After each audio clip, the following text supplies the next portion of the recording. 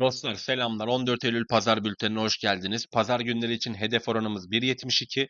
Bunun çok üzerine çıkan 4 tane maçımız var. İlk maçımız İtalya tarafında Roma Torino'yu detaylı analiz edeceğiz.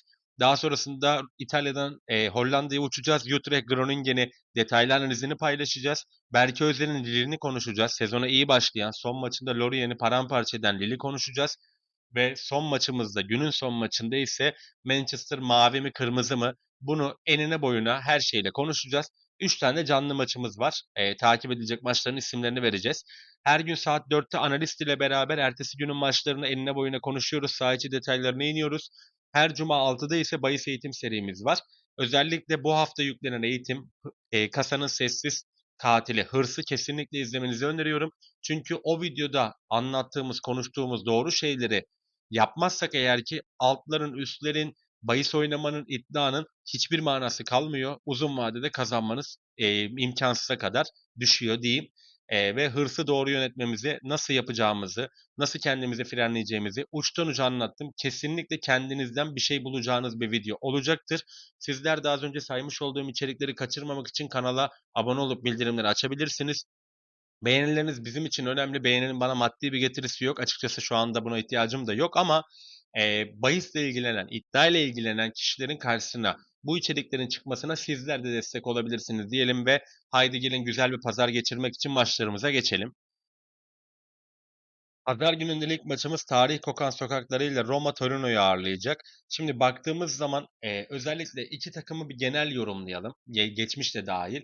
Roma ve Torino maçları bana çok keyif veren maçlar değil. Ayrı ayrı düşündüğümüzde de değil, kendi aralarındaki maçlarda değil. Yani ben özellikle bazı takımların maçlarını izlemekten, bahis dışında izlemekten, bir sosyal izleyici olarak izlemekten çok keyif aldığım için o takımların maçlarını takip ederim.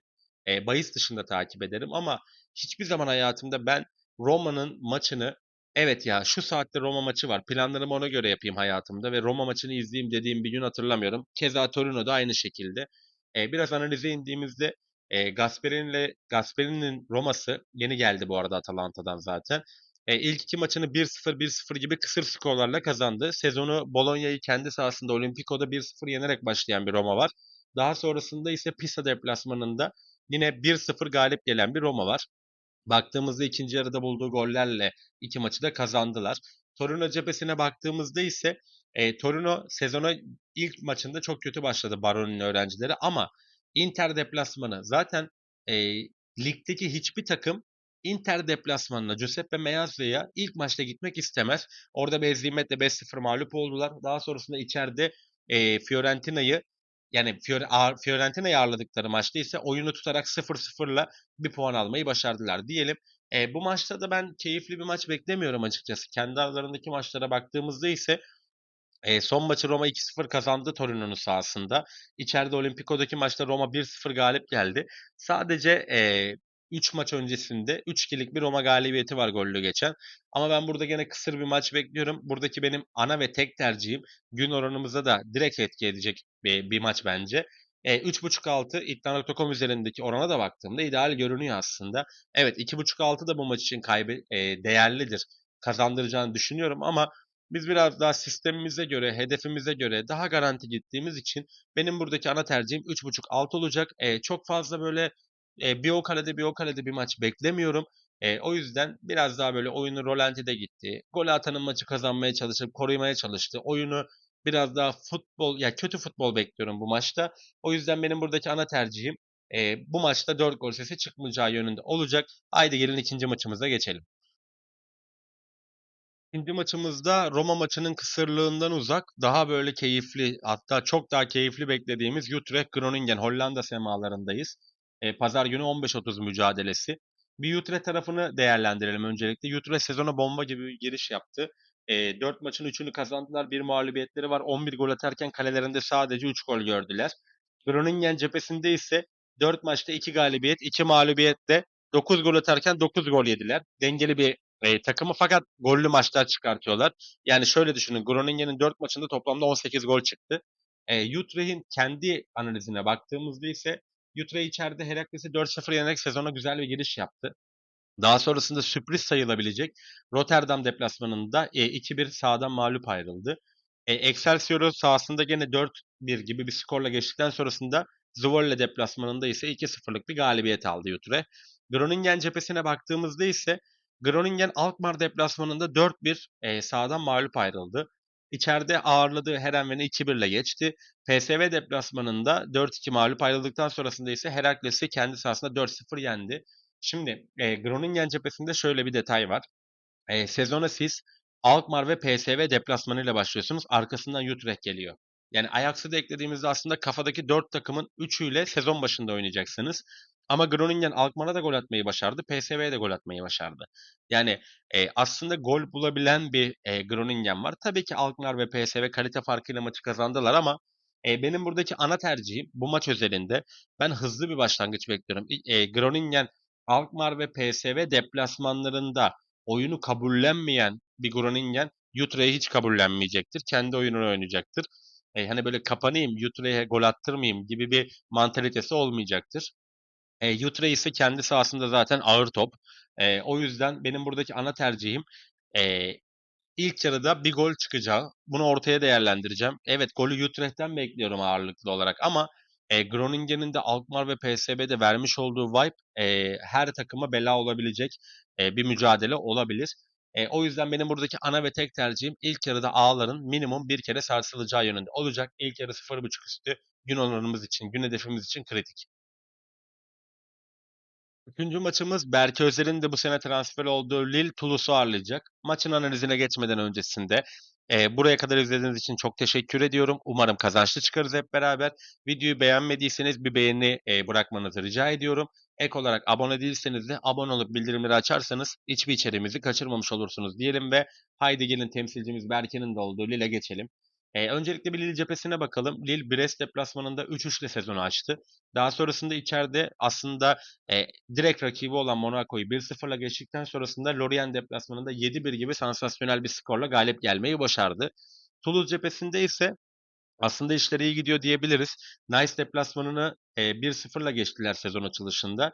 İçeride Brest'i 2-0 yendikten sonrasında Paris Saint-Germain'e 6-3 yenildiler. Evet, Paris Saint-Germain'den 6 gol yediler okey ama sonuçta Toulouse da Paris gibi bir takıma 3 gol atabildi. Bunu biraz böyle düşünmemiz gerekiyor açıkçası. O yüzden bence işler kötü gitmiyor. Sezon başında Carlos Martinez'e yani Toulouse'un teknik direktörüne Paris Saint-Germain'le karşılaştığı maçlara kaç puan yazdın desen zaten o da 0 demiştir yüksek ihtimalle. Aslında yani lig başlamadan önceki hesaplamalarda da bence Paris'e puan yazılmamıştır. Peki burada biz ne oynayacağız? Şimdi baktığımız zaman formda bir Lille var. Evet, Toulouse da aslında işleri iyi gidiyor ama Lille şu anda Lorient'de de bir 7-1'lik sansasyonel galibiyetin morali olacaktır. Sadece Lille'de sezon geneli için bu yorumu yapayım, aklınızda bulunsun. Jonathan David ve Egon Zegrova'nın transferlerinden sonrasında Lille çok büyük bir takviyeler yapmadı. Aslında gene gençlere yöneldi ama bir uyum süreci olabilir tecrübesizlikleri kaynaklı. O benim buradaki ana tercihim ise Lille'in bir gol atacağı yönünde. İddia.com üzerinde oranı açık. Biraz da böyle zaten maçları tekli değerlendirmenizi önerdiğim için dakika 10-15'e kadar gol gelmediği periyotta Lille'in bir golü değerlendirilebilir maç boyunca. Hedefimize direkt etkisi vardır. O yüzden benim buradaki ana ve tek tercihim Lille'in bir gol atacağı yönünde. Daha yüksek oran isteyenler Lille 1.5 üstü veya da ilk yarı 0.5 üstü değerlendirebilir. Ama buradaki benim gün hedefimiz için paylaşacağım analizin sonucu Lille'in maç boyunca bir gol atacağı ve ev 0.5 üstü sonuçlanacağı yönünde.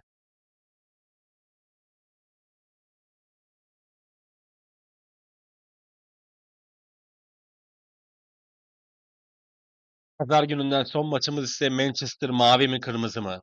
Haftanın maçındayız. Manchester City Manchester United'ı ağırlayacak. Öncelikle City mücadelesi, City tarafından bir bakalım olaya.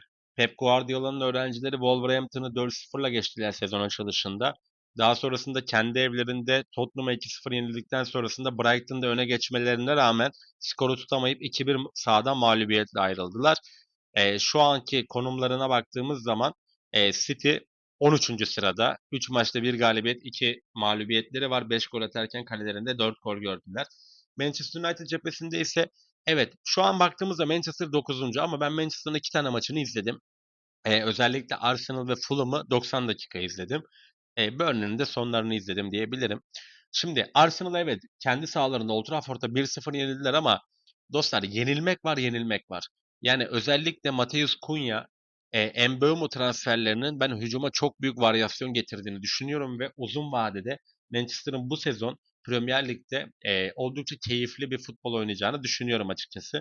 Fulham'la 1-1 berabere kaldılar ama yani orada da biraz Bruno Fernandes'e yazar bir maç diyebilirim.